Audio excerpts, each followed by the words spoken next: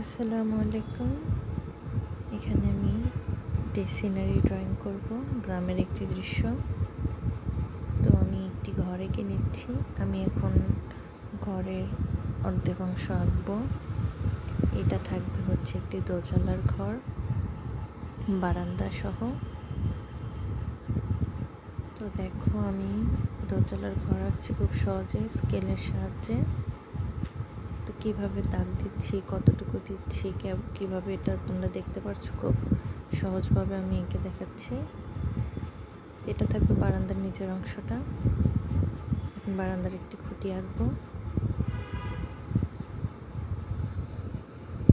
দরজা জানালা দিয়ে দিচ্ছি।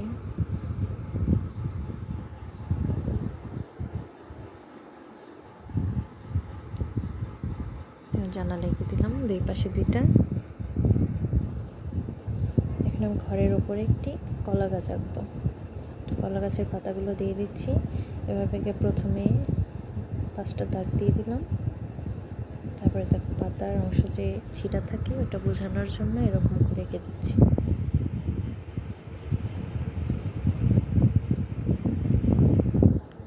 এরপরে আমি এখানে একটি গাছ আঁকবো।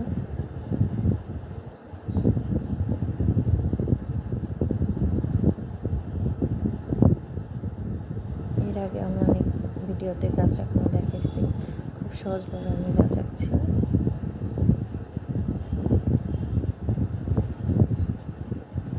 গাছ আঁকা শেষ।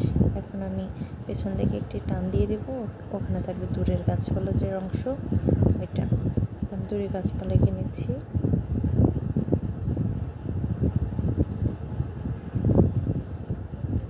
এখন আমি একটি নদী আঁকবো ওই পাশে। এখন আমি একটা পাড় দিয়ে দিচ্ছি। নদীর পাশের বাড়িগুলো বড় বড়, অনেক ভালো লাগে, আঁকাতেও ভালো লাগে।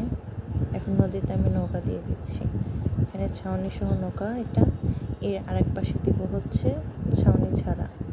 আমি 2টা নৌকা আঁকাবো।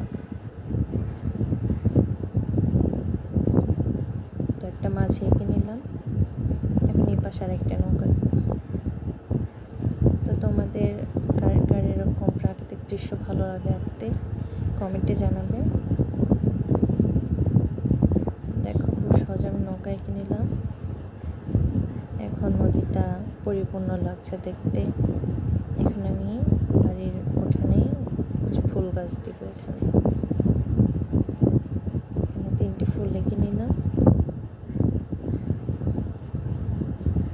তো আমি ব্ল্যাক পেন দিয়ে মার্ক করে নিয়েছি সবগুলো। ব্ল্যাক পেন দিয়ে মার্ক করলে দৃশ্যগুলো দেখতে আরও সুন্দর লাগে, কালার করলে খুব সুন্দরভাবে ফোটে। এখন আমি কীভাবে কালার করছি এটা তোমরা দেখলেই বুঝতে পারবে।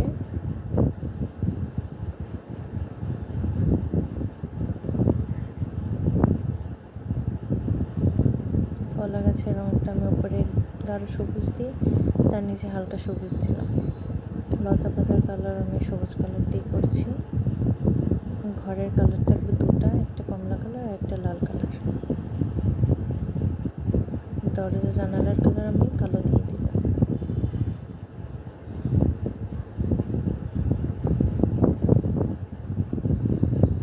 রং করার পরে দৃশ্যগুলো অনেক সুন্দর লাগে, খুব সুন্দর ফুটে ওঠে, যেন মনে হয় বাস্তব চিত্র।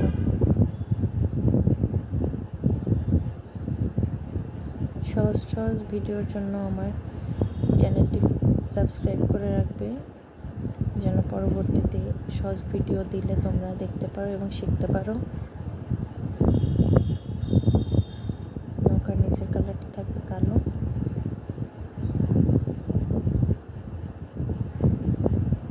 পাড়ের কালারটা সবুজ করে নিচ্ছি।